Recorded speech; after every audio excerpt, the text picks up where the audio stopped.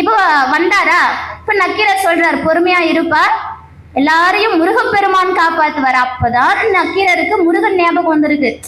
ஏன் இத முருகன் ஆரம்பத்திலே செய்யலன்னா, இந்த நக்கீரர் என்ன பண்ணுவாரா, வருவாரு, சரவண பொய்கையில குளிப்பாரு, அரஹரா சிவசிவான்ட்டு போயிடுவார்.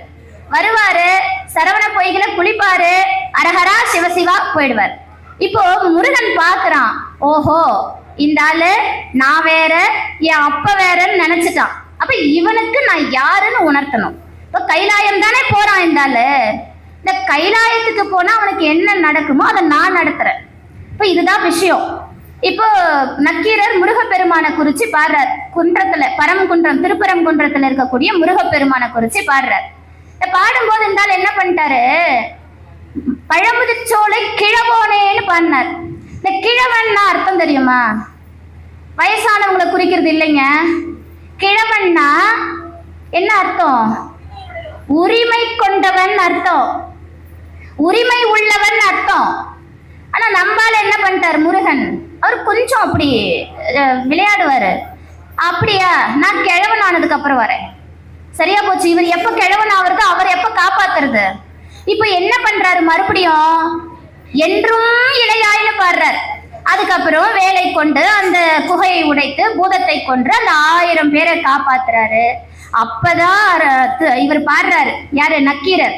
காக்க கடவிய நீ காவாதிருந்த கால் ஆர்க்கும் பரமா அருமுகவா பூக்கும் கடம்பா முருகா கதிர்வேலா நல்ல இடம் கான் இறங்காய் இனின்றார்.